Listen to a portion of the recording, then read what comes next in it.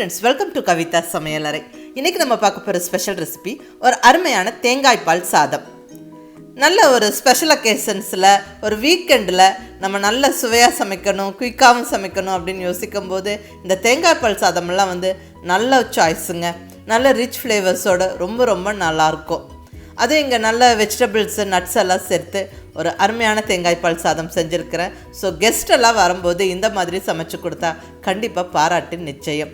Miss பண்ணாமல் try பண்ணி பாருங்கள். ரொம்ப ஒரு சிம்பிளான ரெசிபி தான். இந்த தேங்காய் பால் சாதத்தோட நல்ல ஒரு வெஜ் அல்லது நான்வெஜ் கிரேவி அல்லது வறுவலை நம்ம சைட் டிஷ்ஷாக வைக்கும்போது ரொம்ப நல்லாயிருக்குங்க. நான் இன்றைக்கி இந்த தேங்காய் பால் சாதத்தோட நல்ல ஒரு மட்டன் சுக்கா வறுவலை கம்பைன் பண்ணியிருக்கிறேன். ரொம்ப நல்லாயிருக்கும். மிஸ் பண்ணாமல் ட்ரை பண்ணி பாருங்கள். இந்த மட்டன் சுக்கா வறுவலும் ஒரு அருமையான ரெசிபிங்க. இங்கே நல்ல ஒரு ஃப்ரெஷ்ஷான மசாலா சேர்த்து அருமையாக மட்டனை குக் பண்ணி எடுக்கிறோம். இது இந்த தேங்காய் பால் சாதத்துக்கு மட்டும் இல்லை, எல்லா விதமான மெயின் டிஷ்ஷஸோடவும் அட்டகாசமாக இருக்கும். ரொம்ப ஒரு சிம்பிளான ரெசிபியும் கூட. ஸோ இன்றைக்கி 2 ரெசிபி பார்த்துடலாங்க. நல்ல ஒரு தேங்காய் பால் சாதம் கூடவே அருமையான மட்டன் சுக்கா. வாங்க ரெசிபிஸ் எப்படின்னு பார்க்கலாம். ஃபஸ்ட்டு ரெசிபியாக நம்ம தேங்காய் பால் சாதம் எப்படி செய்கிறதுன்னு பார்த்துடலாங்க. இங்கே ஒரு பெரிய டம்ளர் அளவுக்கு பாசுமதி ரைஸை அளந்து ஊற வச்சுக்கிறேன். இது கிட்டத்தட்ட 250 கிராம் இருக்குங்க. இந்த தேங்காய் பால் சாதம் பர்டிகுலர்லி நம்ம பாசுமதி ரைஸில் செய்யும்போது ரொம்ப நல்லாயிருக்கும். ரைஸை அளந்து எடுத்துட்டு நல்ல ஒரு 2-3 வாட்டி கழுவிட்டு நம்ம நல்ல தண்ணி விட்டு ஊற வச்சிடலாம். ஒரு 15 to 20 நிமிஷம் ஊறிட்டு இருக்கட்டும். இங்கே ஸ்டவ்வில் குக்கர் வச்சாச்சு. குக்கர் சூடானதுக்கப்புறம் 1 டேபிள் ஸ்பூன் ஆயில் சேர்த்துக்கிறேன். கூடவே 1 டேபிள் ஸ்பூன் நெய்யும் சேர்த்துக்கிறேன். இது நல்லா உருகி வந்ததுக்கப்புறம் whole garam masala spices add பண்ணிடலாம். ஒரு 3 துண்டு பட்டை, ஒரு 3 கிராம்பு, ஒரு 4-5 ஏலக்காய், கொஞ்சமாக கல்பாசி, 2 மராத்தி முக்கு, ஒரு 2 பிரிஞ்சி இலை போட்டு விட்டுடலாம். இது நல்லா பொரிஞ்சு வரட்டும். நல்ல வாசனை வர வரைக்கும் பொரிஞ்சதுக்கப்புறம் இப்போ இதில் நட்ஸு சேர்த்துடலாங்க. இங்கே பாதாம், முந்திரி, திராட்சை 3 கொஞ்சம் எடுத்துருக்கேங்க. ஒரு ஒவ்வொன்றிலேயே ஒரு 10-15 எண்ணெய் எடுத்துருக்கிறேன். இந்த நட்ஸு சேர்க்கும் போது இந்த தேங்காய் பால் சாதம் ரொம்ப ஸ்பெஷலாக இன்ட்ரெஸ்டிங்காக இருக்குங்க சாப்பிட்றதுக்கு. பட் இது கம்பல்சரி கிடையாது. வேணும்னா நீங்கள் சேர்த்துக்கலாம், இல்லைன்னா ஸ்கிப் பண்ணிக்கலாம். பட் ரொம்ப நல்லாயிருக்கும், நல்லதும் கூட சேர்க்கிறது. ஸோ இருந்தால் மிஸ் பண்ணாமல் சேர்த்துக்கங்க. அடுத்ததாக வெங்காயம், பச்சை மிளகாய் சேர்த்துடலாங்க. இங்கே 2 பெரிய வெங்காயத்தை சன்னமாக நீளமாக கட் பண்ணி சேர்த்துக்கிறேன். கூடவே ஒரு 4-5 பச்சை மிளகாய். இந்த ரைஸுக்கு நம்ம பச்சை மிளகாய் காரம் மட்டும்தாங்க சேர்க்க போகிறோம். ஸோ தேவையான அளவு பச்சை மிளகாய் சேர்த்துக்கங்க. நான் இங்கே நல்ல ஒரு 4-5 பச்சை மிளகாய் சேர்த்துருக்குறேன். நல்லா வதக்கி விட்டுருவோம். வெங்காயம் நல்லா கலர் மாறுற வரைக்கும் வதங்கணும்.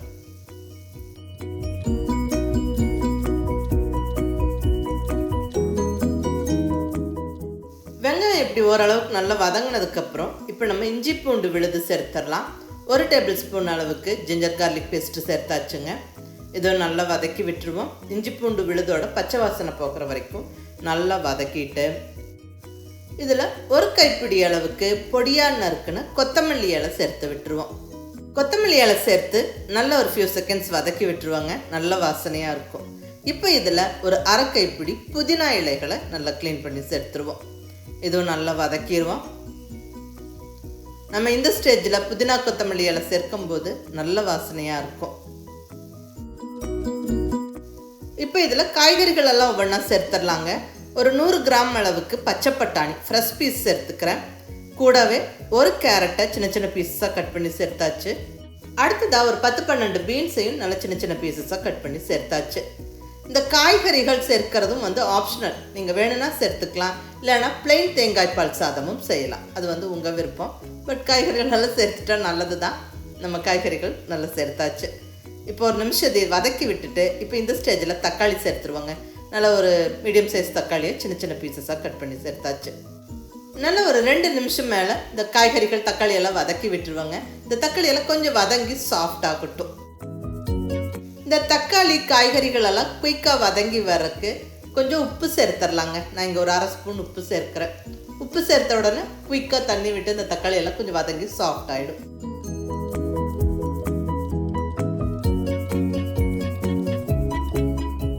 இப்போ இந்த ஸ்டேஜில் நம்ம தேங்காய் பால் சேர்த்துக்கலாங்க. நல்ல ஒரு பெரிய சைஸ் தேங்காயில் ஒரு 1/2 மூடி தேங்காய் எடுத்து நல்லா 2 தடவை அரைச்சி பால் எடுத்து வச்சுருக்கிறேன். மொதல் பால், 2வது பால் 2ம் கலந்து தான் எடுத்து வச்சுருக்கிறேன். இப்போ இதை நம்ம அளந்து ஊற்றிக்கலாம். ரைஸ் வேக வைக்கிறதுக்கு நம்ம எந்த கப்பில் ரைஸ் அளந்து எடுத்துக்கிட்டோமோ அதே கப்பில் 1.5 கப் அளவுக்கு தேங்காய் பால் சேர்த்துக்கிறேன்.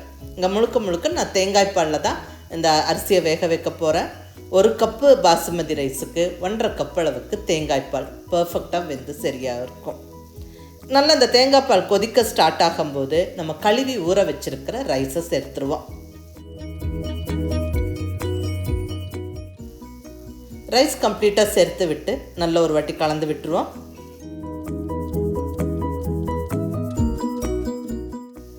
கலந்து விட்டுட்டு இப்போ ரைஸுக்கு தேவையான அளவு உப்பு சேர்த்துடலாங்க. நம்ம ஆல்ரெடி கொஞ்சம் உப்பு போட்டிருக்கிறோம். காய்கறிகள் வதங்கும் போது மீதி உப்பு செக் பண்ணிவிட்டு போட்டுக்கோங்க. உங்களுக்கு தேவையான அளவு உப்பு சேர்த்து நல்லா ஒரு வாட்டி கலந்து விட்டுட்டு இப்போ இந்த குக்கருக்கான மூடியை எடுத்து ஜஸ்ட் அப்படியே மேலே அப்படி வச்சு விட்டுருவோம். இப்போ ப்ராப்பராக டைட்டாக க்ளோஸ் பண்ணி வெயிட் வைக்க வேண்டாம். ஜஸ்ட் மேலே வச்சுருங்க. இப்போ ஸ்டவ் வந்து நார்மலாக ஹை ஃப்ளேம்லேயே இருக்கட்டும். ஒரு 3-4 நிமிஷம் அப்படியே இருக்கட்டும். அதாவது ஆவி பிடிச்சி ஒரு கொதிச்சு வரட்டும். பாருங்கள், நல்லா கொதிக்க ஸ்டார்ட் ஆகிடுச்சு. ஒரு தடவை நல்லா கலந்து விட்டுருவோம். நல்லா ஒரு தடவை கலந்து விட்டுட்டு இப்போ மேலால் கொஞ்சமாக கொத்தமல்லி இலை போட்டு விட்டு இப்போ குக்கர் மூடியை போட்டு டைட்டாக க்ளோஸ் பண்ணி வெயிட் வச்சு விட்டுட்டு கண்டிப்பாக ஸ்டவ்வை சிம்மில் வச்சிடணும். இதுக்கப்புறம் கண்டிப்பாக ஸ்டவ்வை வந்து சிம்மில் வச்சிடணும். அப்போ தான் அடிப்பிடிக்காமல் பர்ஃபெக்டாக வெந்து வரும்.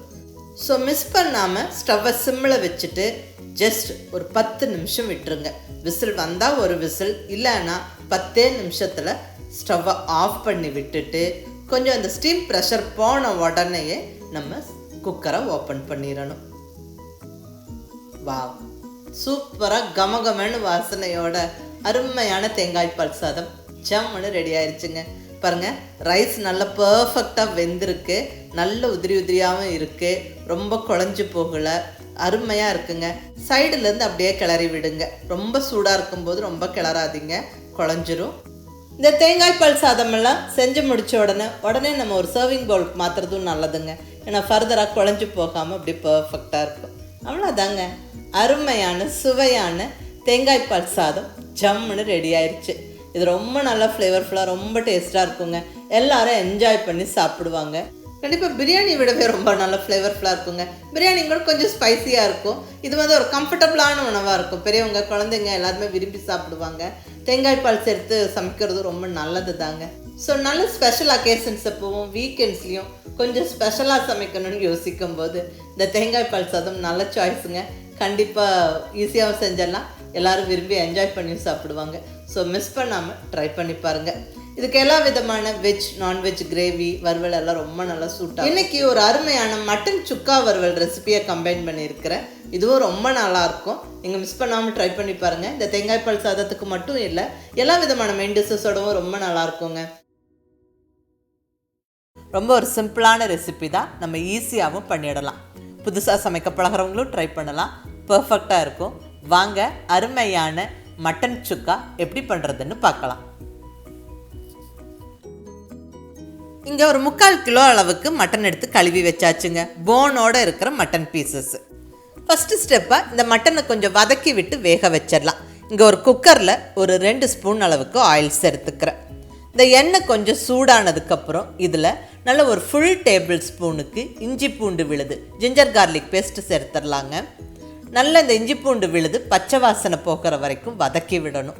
நல்லா இஞ்சி பூண்டு விழுது பச்சை வாசனை போகிற வரைக்கும் வதக்கி விட்டுட்டு அதுக்கப்புறம் மட்டனை சேர்த்து அதில் குக் பண்ணும்போது நல்லாயிருக்கும் வாசனை. அதை நீங்கள் ட்ரை பண்ணி பாருங்கள். ஆனால் இஞ்சி பூண்டு விழுது நம்ம டைரெக்டாக எண்ணெயில் போடும்போது கொஞ்சம் கீழே அடிப்பிடிக்கிற மாதிரி ஆயிரும்.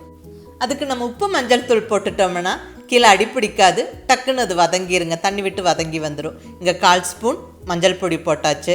கூடவே ஒரு 1/2 டீஸ்பூன் அளவுக்கு உப்பும் சேர்த்தாச்சு. நல்லா கலந்து விட்டுருவோம். இப்போ வதங்கும் போது அடிப்பிடிக்காது. குயிக்காக அந்த இஞ்சி பூண்டு விழுது வதங்கி நல்ல வாசனை வந்துடும். இப்போ இந்த ஸ்டேஜில் நம்ம மட்டன் சேர்த்துடலாம். கழுவி ரெடியாக வச்சுருக்கிற மட்டன் பீசஸை சேர்த்துடலாம். இங்கே போனோடு இருக்கிற மட்டன் தான் சேர்த்துக்கிறேன். அதுதான் நல்ல டேஸ்ட்டாக இருக்கும். நல்லா ஒரு நிமிஷம் வதக்கி விட்டுருவோம். இப்போ நம்ம மிளகாய் பொடியும் மல்லிப்பொடியும் சேர்த்துக்கலாங்க. 1 டீஸ்பூன் அளவுக்கு மிளகாய் பொடி, 1.5 டீஸ்பூன் அளவுக்கு மல்லிப்பொடி. நம்ம இது போக ஒரு ஸ்பெஷலான மசாலா பொடி சேர்க்க போகிறோம். பட் மட்டன் வேக வைக்கும் போது கொஞ்சம் இப்படி இஞ்சி பூண்டு வதக்கி மிளகாய் பொடி மல்லிப்பொடி எல்லாம் போட்டுட்டோம்னா அது ஒரு நல்ல ஒரு ஃப்ளேவர்ஃபுல்லாக டேஸ்ட்டாக இருக்குங்க.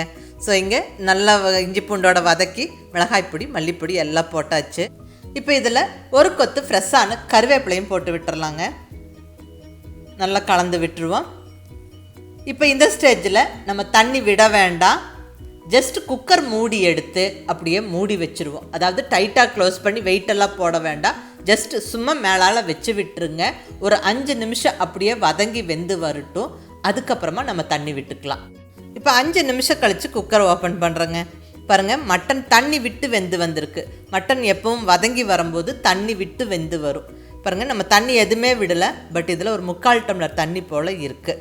நம்ம இங்கே மட்டன் சுக்கா வறுவல் செய்ய போகிறோம். ஸோ தண்ணி அளவாக விட்டு தான் வேக வைக்கணும். இங்கே ஆல்ரெடி 3/4 டம்ளர் போல் தண்ணி இருக்குது. இன்னொரு 1/4 டம்ளர் மட்டுமே தண்ணி சேர்த்துக்கிறேன். இந்த அளவுக்கு சேர்த்தா போதும். அதிக தண்ணி விட வேண்டாம். ஏன்னா நம்ம குக்கரில் வேக வைக்கிறோம். குக்கரில் வேக வைக்கும்போது தண்ணி சுண்டி வராது. ஸோ இந்த அளவுக்கு மட்டுமே தண்ணி சேர்த்து குக்கரை டைட்டாக க்ளோஸ் பண்ணி வெயிட் வச்சு விட்டு ஒரு 4 to 5 விசிலுக்கு நம்ம குக் பண்ணி எடுத்துடலாங்க. இதுவே முத்து நாட்டு கறியாக இருந்தால் இன்னொரு 2 விசில் அதிகமாக விட்டுக்கங்க. ஸோ அதை நீங்கள் கவனித்து விட்டுக்கங்க. இப்போ நம்ம இந்த குக்கர் விசில் ஸ்டீம் ப்ரெஷரில் தீர்ற அந்த டைம் கேப்புக்குள்ளே நம்ம நல்ல ஒரு மசாலா பொடி ரெடி பண்ணிடலாங்க. இங்கே ஸ்டவ்வில் பேன் வச்சாச்சு. இதில் 1 டீஸ்பூன் அளவுக்கு சீரகம் சேர்த்துக்கிறேன். அடுத்ததாக ஒரு 1.5 டீஸ்பூன் அளவுக்கு மிளகு. இது கூட 1 டீஸ்பூன் சோம்பு. அடுத்ததாக ஒரு 2 துண்டு பட்டை, 3 கிராம்பு, ஒரே ஒரு சின்ன ஏலக்காய். ஏலக்காய் இந்த அளவுக்கு போட்டால் மட்டுமே போதுங்க. ரொம்ப அதிகமாக போட்டால் இனிப்பு வாசனை மாதிரி ஆயிரும். அந்த மசாலா ஃப்ளேவர் கொஞ்சம் மாறிடும். ஸோ இந்த அளவுக்கு ஏலக்காய் 1 மட்டும் போடுங்க. அடுத்தது மிளகாய். இங்கே நல்ல காரமான மிளகாய் 3 மிளகாய் சேர்த்துக்கிறேன். இங்கே ஒரு 1.5 டீஸ்பூன் அளவுக்கு மிளகு சேர்த்துருக்குறோம். 3 வரமிளகாய் போடுறோம். ஏற்கனவே மட்டன் வதக்கும் போது மிளகாய் பொடி போட்டிருக்கிறோம். ஸோ அதெல்லாம் ஞாபகம் வச்சுக்கோங்க. அதனால தான் நான் இங்கே ஒரு 3 மிளகாய் மட்டுமே சேர்த்துக்கிறேன். இருந்தாலும் நீங்கள் உங்களுடைய டேஸ்ட்டுக்கு தகுந்த மாதிரி இந்த மிளகாயோட காரத்தை அட்ஜஸ்ட் பண்ணிக்கோங்க. நல்லா வறுத்து விட்டுறணுங்க. நல்லா வாசனை வர வரைக்கும் வறுத்துக்கணும். கரிஞ்சிடக்கூடாது. ஜஸ்ட் வாசனை வர வரைக்கும் வறுத்துக்கோங்க. கொஞ்சம் நல்லா வறுபட்டு வாசனை வந்துருச்சு. இப்போ இந்த ஸ்டேஜில் ஒரு கைப்பிடி ஃப்ரெஷ்ஷான கருவேப்பிலை. இந்த மசாலா பொடிக்கு ஹைலைட்டே இந்த கருவேப்பிலை தாங்க. இந்த கருவேப்பிலையை நல்ல ஒரு கைப்பிடி அளவுக்கு போட்டு இந்த ஸ்பைசஸோட வறுத்து அதுக்கப்புறம் பொடிக்கும் போது அந்த வாசனை சூப்பராக இருக்குங்க. அந்த கருவேப்பிலை வாசனை, இந்த ஸ்பைசஸோட வாசனை எல்லாம் சேர்ந்து இந்த மட்டன் சுக்காவுக்கு நல்ல ஒரு ஸ்பெஷல் டேஸ்ட்டு கொடுக்கும். ஸோ மிஸ் பண்ணாமல் கருவேப்பிலை நல்லா இந்த அளவுக்கு சேர்த்துக்கங்க. கருவேப்பிலை சேர்க்கறது நல்லதும் கூடங்க. அந்த சத்துக்களும் நம்மளுக்கு நல்லா கிடைக்கும். நம்ம மட்டன் சுக்கா டேஸ்ட்டும் வேறு லெவலில் இருக்குங்க. இப்போ நல்லா வறுத்து விட்டாச்சு. அந்த ஸ்பைசஸ் எல்லாம் நல்லா பொரிஞ்சிருச்சு. ஸ்டவ்வை ஆஃப் பண்ணி ஆற விட்டோம்னாவே நம்மளுக்கு அந்த கருவேப்பிலை நல்லா வறுபட்டுரும். பாருங்கள், வறுபட்டு நல்லா ரெடியாக இருக்குது. இப்போ நம்ம இதை எடுத்து நல்லா மிக்ஸி ஜாரில் போட்டு ஃபைன் பவுடர் ஆக்கிக்கலாம். பாருங்கள், இந்த அளவுக்கு பொடிச்சு எடுத்துக்கணும். அவ்வளோதாங்க, கமன்னு அருமையான மசாலா பொடி ரெடி. மட்டனும் வெந்து ரெடியாக இருக்குது. குக்கரில் ஸ்டீம் ப்ரெஷர்லாம் போயிடுச்சு. ஸோ இப்போ ஓப்பன் பண்ணுறோம். பாருங்கள், மட்டன் நல்லா வெந்திருக்கு. நல்லா சாஃப்டாக வெந்துருச்சு. இப்போ நம்ம சுக்கா வறுவல் தாளிச்சிடலாங்க. இங்கே ஸ்டவ்வில் ஒரு பேன் வச்சாச்சு. இதில் 2 ஸ்பூன் அளவுக்கு எண்ணெய் சேர்த்துக்கிறேன். இந்த எண்ணெய் சூடாகட்டும். இப்போ இதில் நல்ல சன்னமாக நறுக்குன சின்ன வெங்காயம் ஒரு 200 கிராம் அளவுக்கு சேர்த்துக்கிறேன். இந்த சுக்கா வறுவலுக்கு பர்டிகுலர்லி நம்ம சின்ன வெங்காயம் சேர்க்கும்போது டேஸ்ட் ரொம்ப நல்லாயிருக்கும். பட் சின்ன வெங்காயம் தான் சேர்க்கணுங்கிற கம்பல்சன் இல்லை. பெரிய வெங்காயமும் சேர்த்துக்கலாம். சின்ன வெங்காயம் இல்லாதவங்க பெரிய வெங்காயம் சேர்த்துக்கங்க. இப்போ 2 பச்சை மிளகாவும் சின்ன சின்னதாக கட் பண்ணி போட்டாச்சு. கூடவே ஒரு கொத்து ஃப்ரெஷ்ஷான கருவேப்பிலை நல்லா வதக்கி விட்டுறலாங்க. இந்த வெங்காயம்லாம் நல்லா கொஞ்சம் கலர் மாதிரி வர்ற வரைக்கும் வதங்கட்டும். ஸோ கொஞ்சம் பொறுமையாக வதக்கி விடுங்க.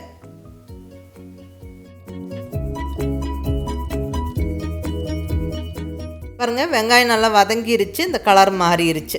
இப்போ இந்த ஸ்டேஜில் நம்ம வேக வச்சு ரெடியாக வச்சுருக்கிற மட்டனை சேர்த்துடலாங்க. தண்ணியோடவே அப்படியே சேர்த்து விட்டுருங்க. மட்டன் கம்ப்ளீட்டாக சேர்த்தாச்சுங்க. தண்ணியோடவே சேர்த்துருக்குறோம். ஒரு 4-5 நிமிஷம் கொதிக்க விட்டுருவோம். தண்ணி கொஞ்சம் சுண்டி வரட்டும். பாருங்கள், நல்லா ஒரு 4-5 நிமிஷம் கொதித்ததில் பாதி அளவுக்கு தண்ணி சுண்டிருச்சு. இந்த ஸ்டேஜில் உப்பு சேர்த்துடலாங்க. ஏற்கனவே மட்டன் வேக வைக்கும்போது உப்பு சேர்த்துருக்குறோம். அதை ஞாபகம் வச்சுட்டு சேர்த்துக்கோங்க. இப்போ அரைச்சி ரெடியாக வச்சுருக்கிற மசாலா பொடியை கம்ப்ளீட்டாக போட்டு விட்டுறலாங்க. நல்லா கலந்து விட்டுருவோம். இனி இந்த மட்டன் இந்த மசாலா பொடியோடு சேர்ந்து வெந்து வரட்டும். இன்னொரு 3-4 நிமிஷத்தில் நம்மளுக்கு மட்டன் வறுவல் ரெடி ஆயிரும். அந்த தண்ணி இன்னும் நல்லா சுண்டிருச்சுன்னா அவ்வளோதாங்க. ஸோ ஸ்டவ்வை மீடியம் ஃப்ளேமில் வச்சுட்டு பொறுமையாக வேக விடுங்க. பாருங்கள், நல்லா தண்ணி சுண்டி நல்லா பர்ஃபெக்டாக அந்த சுக்கா வறுவல் ரெடி ஆகிட்டு வருது. நல்ல எண்ணெய் மிதந்து பார்க்குறக்கே அழகாக இருக்குது. ரொம்ப ட்ரை ஆக்க வேண்டாம். இந்த அளவுக்கு இருக்கும்போது தான் சாப்பிட்றதுக்கு நம்மளுக்கு ரொம்ப நல்லாயிருக்கும். இப்போ நம்ம ஒரு கைப்பிடி பொடியாக நறுக்குன்னு கொத்தமல்லி இலையை போட்டு விட்டுடலாம். நல்லா கலந்து விட்டுருவோம். இன்னொரு 1-2 நிமிஷம் மட்டுமே ஸ்டவ்வில் வச்சு வதக்கிட்டு இப்போ ஸ்டவ்வை ஆஃப் பண்ணிடலாம். அவ்வளோதாங்க, மணக்க மணக்க சுவையான மட்டன் சுக்கா வறுவல் ஜம்முன்னு சுட சுட ரெடி ஆகிருச்சு. இந்த மட்டன் சுக்கா வறுவல் எல்லா விதமான மெயின் டிஷ்ஷஸோடவும் ரொம்ப நல்லா பொருத்தமாக இருக்குங்க. நல்ல சப்பாத்தி, பரோட்டா, வெரைட்டி ரைஸ், பிரியாணி எல்லாத்துக்குமே நல்லாயிருக்கும். ஸோ மிஸ் பண்ணாமல் இந்த மாதிரி ஒரு வாட்டி செஞ்சு பாருங்கள். கண்டிப்பாக திரும்ப திரும்ப செய்வீங்க. இன்றைக்கி 2 இன்ட்ரெஸ்டிங்கான ரெசிபிஸ் பார்த்தங்க. அருமையான தேங்காய் பால் சாதம், கூடவே நல்ல ஒரு மட்டன் சுக்கா. ஸோ 2ம் செஞ்சு பார்த்துட்டு எப்படி இருந்ததுன்னு உங்கள் ஃபீட்பேக் சொல்லுங்கள். பிடிச்சிருந்தா லைக் பண்ணி, ஷேர் பண்ணி, கமெண்ட் பண்ணுங்கள். கவிதா சமையலறை சப்ஸ்கிரைப் பண்ணி என்னுடைய மற்ற ரெசிபிஸும் வீடியோஸும் பாருங்கள். தேங்க்யூ.